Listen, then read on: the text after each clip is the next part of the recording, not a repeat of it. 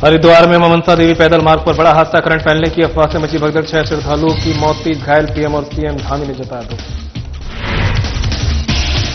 ऋषिकेश में सावन के तीसरे सोमवार से पहले ही हुई भीड़, नीलकंठ में जलाभिषेक के लिए बढ़ने लगी भक्तों की भीड़, ऋषिकेश और आसपास के इलाकों में लगा जाम। डीएम और एसएसपी ने कमांड एंड कंट्रोल सेंटर का किया निरीक्षण, जिले में स्थापित सुरक्षा व्यवस्थाओं का लिए जायजा, कार्मिकों की जानी समस्याएं। एसएसपी की सभी इंस्टीट्यूट कोचिंग संचालकों के साथ बैठक, देहरादून पुलिस कार्यालय में की बैठक, सभी कोचिंग संचालकों को दिया आवश्यक निर्देश। और उत्तराखंड में पल पल बदल रहा मौसम, लगातार हो रही बारिश से कई सड़कें बाधित, नदी नालों का बढ़ा रहा जलस्तर।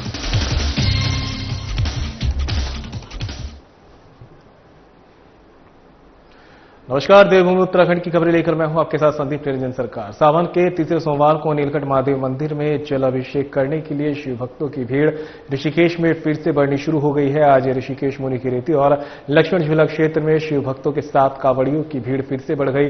बम बम भोले, हर हर महादेव के जयकारे भी सुनाई दे रहे हैं। व्यवस्था बनाने के लिए जगह जगह पुलिस मुस्तैद दिखाई दे रही है, लेकिन जिन स्थानों पर भंडारे चल रहे हैं वहां पर पुलिस की उपस्थिति नहीं होने से अव्यवस्था फैल रही है। लोगों को पैदल चलने में परेशानी का सामना करना पड़ रहा है। भोले के भक्तों की भीड़ बढ़ने से क्षेत्र में ट्रैफिक जाम भी हो रहा है।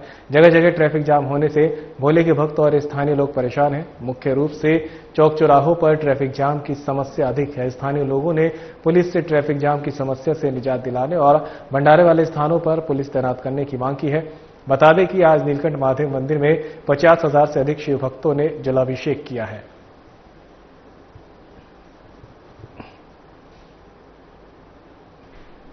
पंचायत चुनाव के दौरान नशे के खिलाफ हल्द्वानी पुलिस और एसओजी को बड़ी सफलता हाथ लगी है। एसएसपी प्रहलाद नारायण मीणा के निर्देश पर चलाए गए सघन चेकिंग अभियान के तहत मंडी बाईपास रोड पर कार से 1.975 किलो चरस के साथ 3 तस्करों को गिरफ्तार किया। मामले का खुलासा करते हुए एसपी सिटी प्रकाश चंद ने बताया कि तस्कर गांव से इकट्ठा कर शहर में चरस सप्लाई करने का काम करते हैं। तस्करों की पहचान नंदन सिंह, सौरभ मिश्रा और हरीश सिंह के रूप में हुई है। कहा कि कोतवाली, हल्द्वानी और एसओजी की टीम ने सतर्कता और कुशलता का परिचय देते हुए अपराधियों की कमर तोड़ी है। पुलिस की यह कार्रवाई आगे भी जारी रहेगी। नशा और तस्करी को किसी कीमत पर बर्दाश्त नहीं किया जाएगा।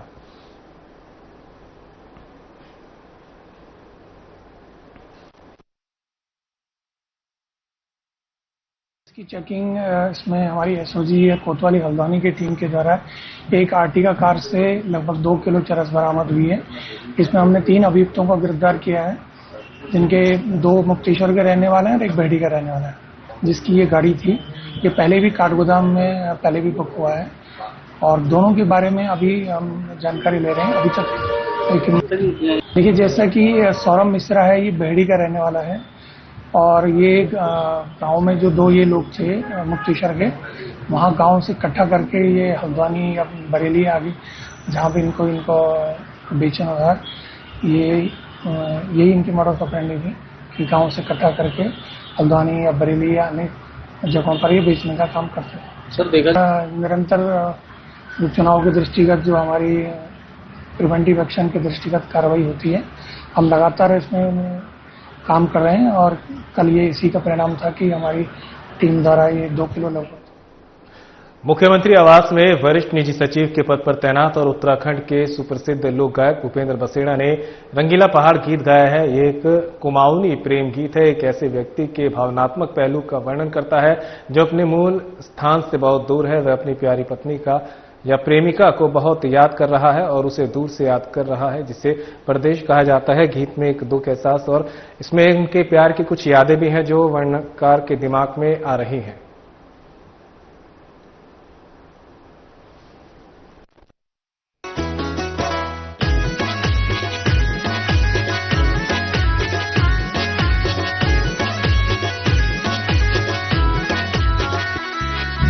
दूर गई रंगीला पहाड़ा, दूर गई रंगीला पहाड़ा, मैं छुया परदेश माँ, मैं छुया परदेश माँ। हरिया भरिया डाना, हरिया भरिया डाना, याद होनी परदेश माँ। हरिया भरिया डाना, याद होनी परदेश माँ। दूर गई रंगीला पहाड़,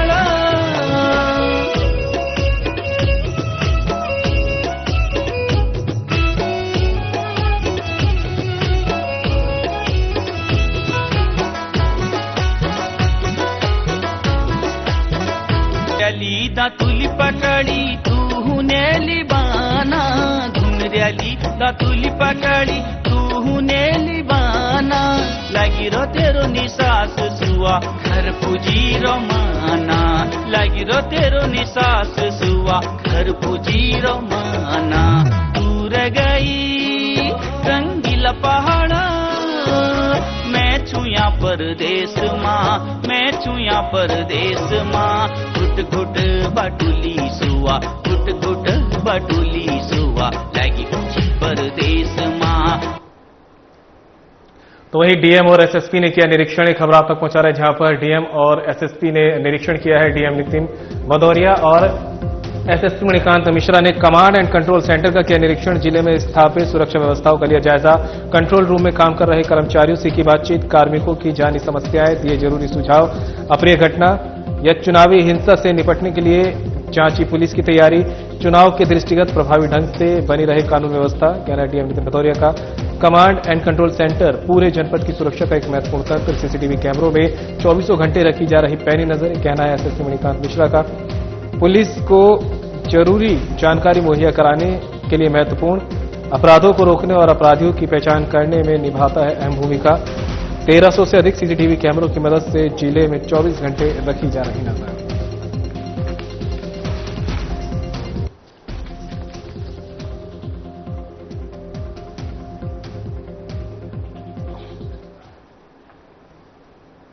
एसएसपी अजय सिंह ने देहरादून पुलिस कार्यालय में डिफेंस और अन्य प्रतियोगी परीक्षाओं की कोचिंग देने वाले कोचिंग इंस्टीट्यूट संचालकों के साथ बैठक की। बैठक में एसएसपी ने सभी कोचिंग इंस्टीट्यूट संचालकों को आवश्यक दिशा निर्देश दिए। इस दौरान एसएसपी ने इंस्टीट्यूट संचालकों को कोचिंग सेंटर में अध्ययनरत बच्चों के प्रति संवेदनशील बनने की सख्त हिदायत दी। साथ ही कोचिंग सेंटर में सभी स्थानों को सीसीटीवी कैमरे की निगरानी में रखने के निर्देश दिए हैं, जिससे किसी भी शिकायत और विवाद की स्थिति में प्रशिक्षकों और छात्रों की हर गतिविधि की फुटेज प्राप्त हो सके। इसी के साथ एसएसपी ने निर्देशित किया है कि कोचिंग सेंटर में किसी भी छात्र का शारीरिक और मानसिक उत्पीड़न न हो। संस्थान में छात्रों की प्रत्येक गतिविधि की जानकारी संचालकों द्वारा नियमित रूप से उनके अभिभावकों को दी जाए। बच्चों के अभिभावकों द्वारा दी गई शिकायत का तत्काल संज्ञान लिया जाए और उसके निस्तारण के लिए शीघ्र प्रयास करें। साथ ही सख्त निर्देश देते हुए कहा कि सभी संचालक अपने संस्थानों में प्रशिक्षित और व्यवहार कुशल प्रशिक्षकों को नियुक्त करते हुए संस्थान में छात्र हितों के दृष्टिगत सकारात्मक और सुरक्षित माहौल बनाना सुनिश्चित करें।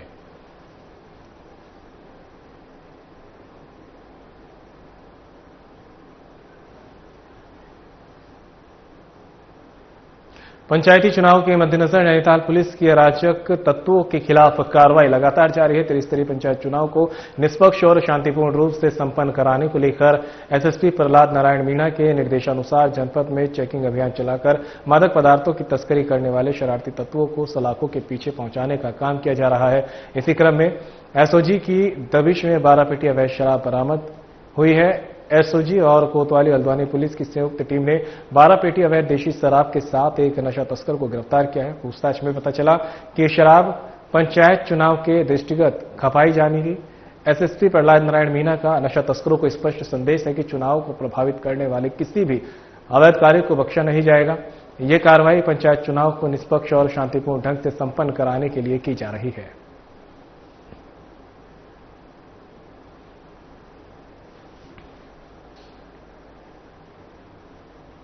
बीती 9 जुलाई से लापता चल रही 14 वर्षीय किशोरी का शव श्रीनगर डैम झील में मिला है। बता दें कि अलकनंदा नदी पर बने डैम के चैनल नंबर 4 के गेट के समीप एक अज्ञात शव देखा गया, जिसकी सूचना चौकी चौरास को दी गई। सूचना मिलते ही स्थानीय पुलिस ने आपदा जल पुलिस टीम की मदद से शव को डैम से बाहर निकलवाया।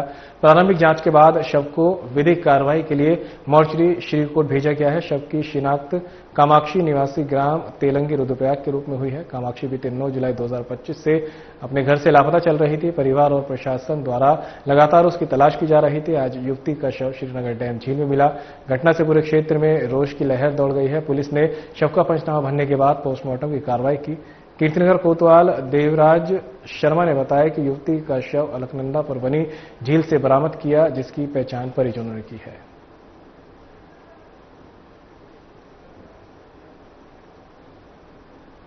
गोविंदनगर स्थित नगर निगम के डंपिंग ग्राउंड की भूमि पर अतिक्रमण कर बसते 450 परिवारों को जगह खाली करने की नोटिस नगर निगम ने दिए है। शांतिपूर्ण तरीके से जगह खाली नहीं करने पर बलपूर्वक जगह खाली कराने की चेतावनी भी दी है। जगह खाली करने का नोटिस मिलने पर भूमि पर बसे परिवारों में खलबली मच गई। परिवारों ने खुद को उजड़ने से बचाने के लिए नेताओं का दामन थाम लिया है। नेताओं ने भी परिवारों का हाथ पकड़कर उन्हें नहीं उजड़ने देने का भरोसा दिलाया है और नगर निगम के माध्यम से सरकार को ज्ञापन भेजकर विभिन्न योजनाओं के तहत 450 परिवारों को विस्थापित करने की मांग की है। मांग पूरी नहीं होने पर आंदोलन की चेतावनी दी गई है। नगर निगम ने कोर्ट का हवाला और डीएम के आदेश अनुसार भूमि को खाली कराने के लिए नोटिस जारी करने की बात कही है। भूमि शांतिपूर्ण तरीके से खाली नहीं होने पर बलपूर्वक खाली कराने का दावा किया गया है। नगर निगम के मुताबिक जिस भूमि पर डंपिंग ग्राउंड बना हुआ है वे भूमि भी श्री भरत मंदिर की है। इस भूमि पर करीब 450 परिवारों ने अवैध रूप से कब्जा कर अपने रहने का ठिकाना बनाया हुआ था। ठिकाना हाल फिलहाल नहीं बल्कि बीते 3 दशक से बना हुआ है। इन 450 परिवारों की झुग्गी झोपड़ियों को हाईकोर्ट के आदेश पर उजाड़ा जाना है। खुद के बेघर होने के नोटिस मिलने से ये परिवार अब परेशान है और नेताओं से मदद की गुहार लगाने में लगा है। जिन नेताओं से मदद की गुहार लगाई गई है उनमें पूर्व पालिका अध्यक्ष दीप शर्मा सबसे आगे हैं। इसके अलावा पूर्व पार्षद शिव कुमार गौतम भी झुग्गी झोपड़ियों में रहने वाले लोगों के मददगार बनते हुए दिखाई दे रहे हैं। गोविंदनगर ट्रेचिंग ग्राउंड के पास में कुछ लोगों के द्वारा पूर्व से अवैध अतिक्रमण किया गया है। बेसिकली ये जमीन मंदिर भरत जी महाराज की है और इसके सामने नगर निगम का ट्रेचिंग ग्राउंड भी है जो जिसमें नगर निगम का कूड़ा पड़ता है। नगर निगम के द्वारा 240 लोगों को इसमें नोटिस दिया गया है। ये नोटिस माननीय सर्वोच्च न्यायालय के एक आदेश और उसमें जिला अधिकारी देहरादून के द्वारा एक आदेश पारित किया गया था 22/4/2025 को, जिसमें इन लोगों को नोटिस दिया जाना था और नोटिस देने के बाद अगर ये खाली करते हैं तो ठीक है, नहीं तो इसको बलपूर्वक हटाने के निर्देश जिला अधिकारी महोदय द्वारा दिए गए हैं। उसी के क्रम में ये नोटिस जारी किया है और इसमें विधिवत एक आदेश जिला अधिकारी महोदय के न्यायालय द्वारा पारित किया गया है। तो ये कानूनी प्रक्रिया है, इसमें किसी प्रकार का विरोध किए जाने का कोई औचित्य नहीं है और इस तरीके से अगर कोई विरोध या इसमें करता है तो ये कानूनों के और नियमों की अवहेलना होगी और किसी व्यक्ति को अगर इसमें कोई करना है तो सक्षम न्यायालय में जाकर के अनुतोष प्राप्त कर सकते हैं। अन्यथा जो आदेश जिला अधिकारी महोदय द्वारा पारित किया गया इसमें कार्रवाई की जाएगी और अवैध अतिक्रमण को नियमानुसार हटाया जाएगा। तो वहीं कैबिनेट मंत्री गणेश जोशी पहुंचे हैं हरिद्वार। एक खबर आप तक पहुंचा रहे जहां पर कैबिनेट मंत्री गणेश जोशी हरिद्वार पहुंचे हैं और मनसा देवी पैदल मार्ग में मची भगदड़ में हुए घायलों का जाना हालचाल। डॉक्टरों को घायलों के समुचित इलाज के दिए निर्देश। गंभीर रूप से घायलों को किया गया एम्स रेफर। कहना गणेश जोशी का संकट की इस घड़ी में घायलों के साथ राज्य सरकार करेगी असंभव मदद। जांच के बाद पता चलेगा घटना का सही कारण। ये समय राजनीति करने का नहीं बल्कि मानवता और सहायता करने का है।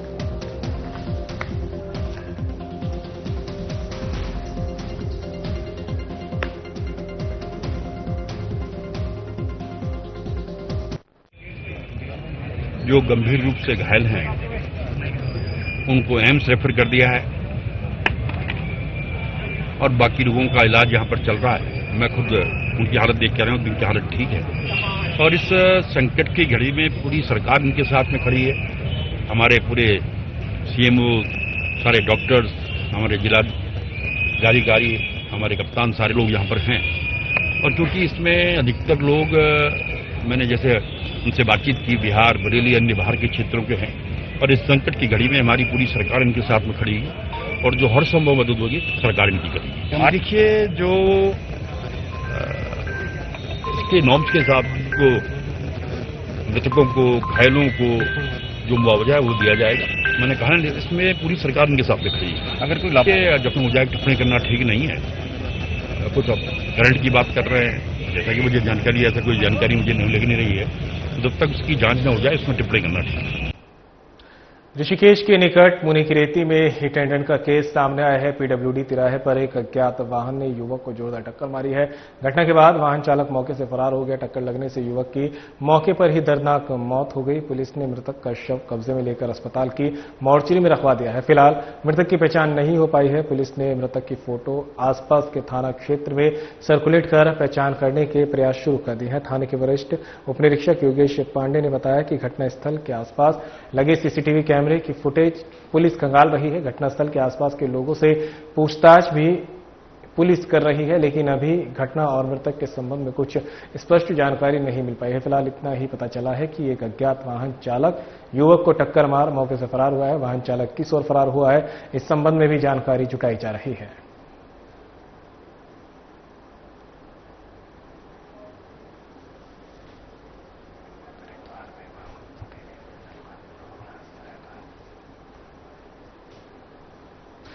तो वहीं हरिद्वार में मां मनसा देवी पैदल मार्ग पर हुआ है बड़ा हादसा। ये बड़ी खबर आप तक पहुंचा रहे हैं। बिजली के करंट फैलने की अफवाह से मची भगदड़। मनसा देवी पैदल मार्ग में भारी संख्या में थे श्रद्धालु।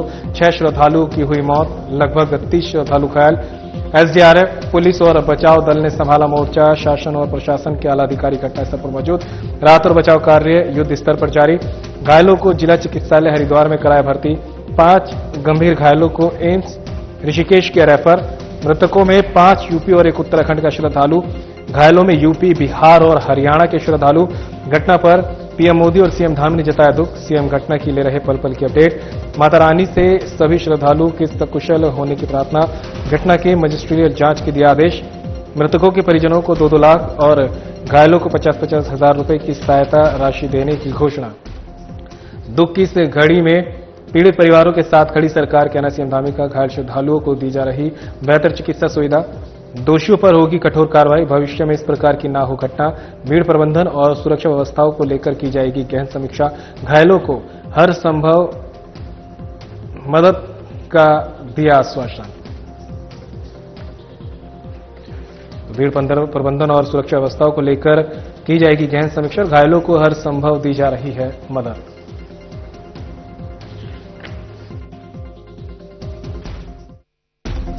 आज प्रातःकाल 9 बजे के आसपास एक बहुत दुर्भाग्यपूर्ण घटना घटित हुई मनसा देवी मंदिर हरिद्वार में। उसकी सीढ़ियों के पास अफवाह फैलने से भगदड़ मच गई। इसमें 6 लोगों की जान चली गई है और कुछ लोग घायल हुए हैं। सभी घायलों को अस्पताल पहुंचा दिया गया है।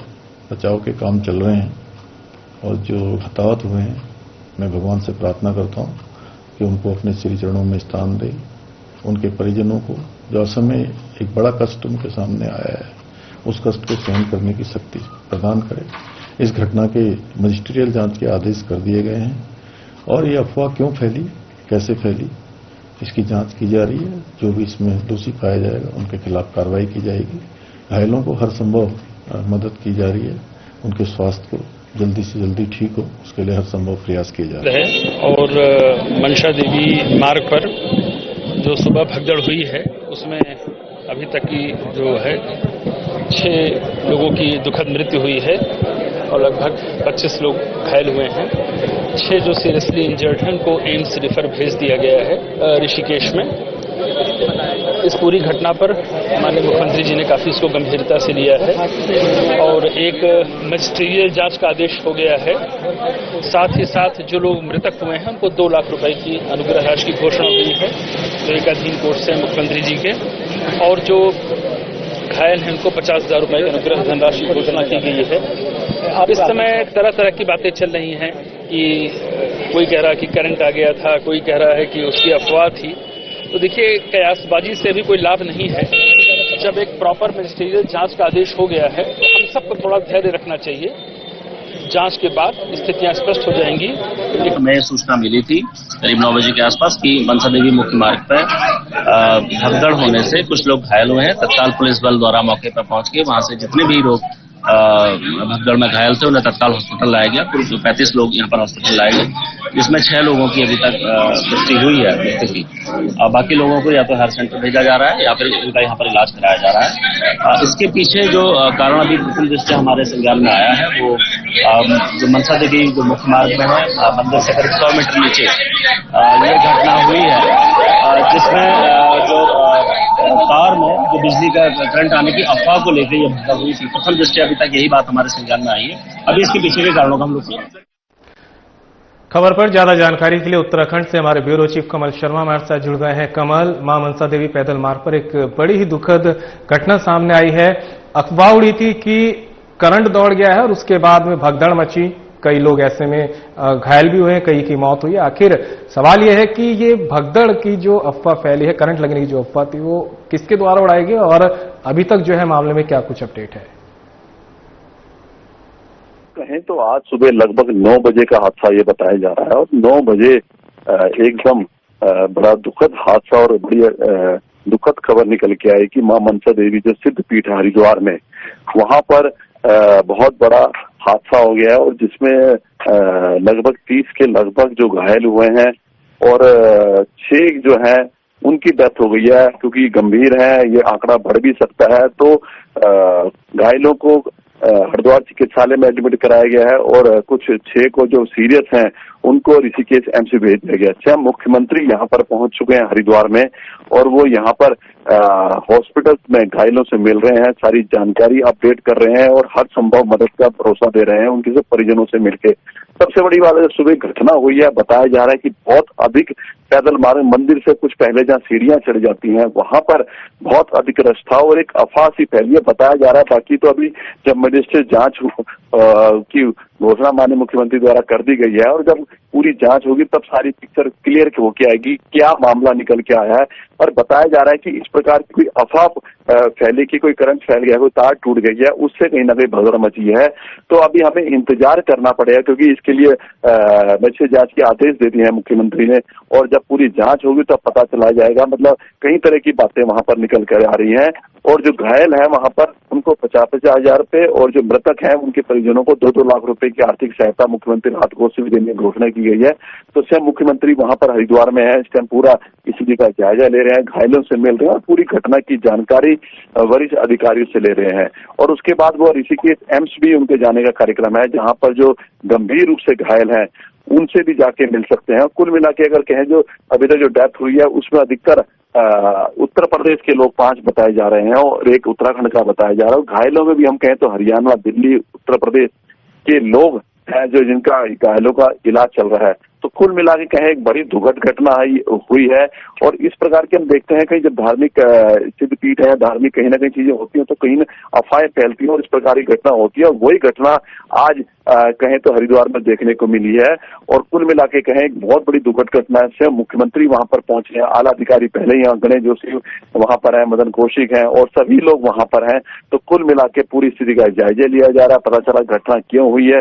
सबसे पहले यही है कि जो घायल हुए हैं उनको समुचित उपचार मिल सके जिससे सभी लोगों की जान बचाई सके। कमल, बताया भी जा रहा है कि कुछ इतने गंभीर की हालत है कि उनको एम्स में भी रेफर किया गया है।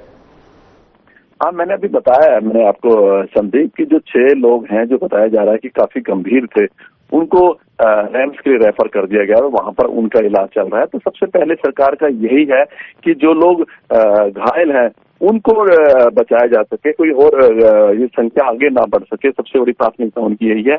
और फिर पूरा देखा जा रहा है कि क्यों इस प्रकार की घटना हुई है, जो ये बातें निकल के आ रही है कि करंट की अफवाहें थी या क्या चीज निकलती, ये सब जाके अभी पूरी जब पिक्चर पूरी जांच हो जाएगी तो पूरी पिक्चर निकल के आएगी। तो कई बातें इस प्रकार की निकल के आ रही हैं। तो कुल मिला के कहें बहुत बड़ी दुखद घटना हरिद्वार में आज जो सुबह सुनने को मिली है, जिससे कहीं ना कहीं पूरे उत्तराखंड में एक शोक की लहर भी है। हरिद्वार में मनसा देवी के मंदिर को भी करीब 2 से 2.5 घंटे के लिए बंद किया गया। बिल्कुल कमल, तमाम जानकारी के लिए आपका बहुत बहुत शुक्रिया। तो वहीं उत्तराखंड में पल पल बदल रहा है मौसम का मिजाज। मौसम से जुड़ी बड़ी खबर आप तक पहुंचा रहे हैं, जहां पर उत्तराखंड में पल पल बदल रहा मौसम, लगातार हो रही बारिश से सड़क मार्ग बाधित, नदी नालों का जल स्तर बढ़ रहा। मौसम विभाग ने जारी किया अलर्ट। नैनीताल, चंपावत और बागेश्वर में भारी बारिश का ऑरेंज अलर्ट। देहरादून, टिहरी, पौड़ी और पिथौरागढ़ में तेज बारिश का येलो अलर्ट। 31 जुलाई तक प्रदेश भर में तेज दौर की बारिश होने के आसार। आपात स्थिति को लेकर अलर्ट मोड पर प्रशासन। संवेदनशील इलाकों में राहत बचाव टीम तैनात। प्रशासन की लोगों से अपील, आपदा संभावित क्षेत्रों में बरतें सतर्कता, अनावश्यक यात्रा से बचें। मौसम के अपडेट पर रखें नजर।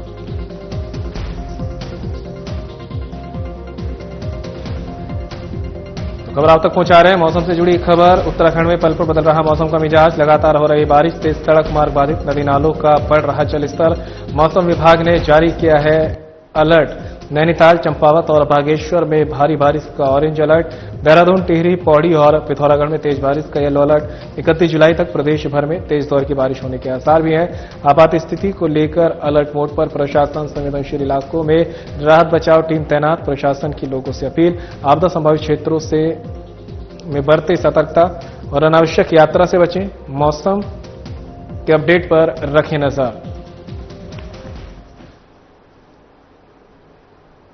और फिलहाल बुलेटिन में मेरे साथ इतना ही। दीजिए इजाजत। नमस्कार।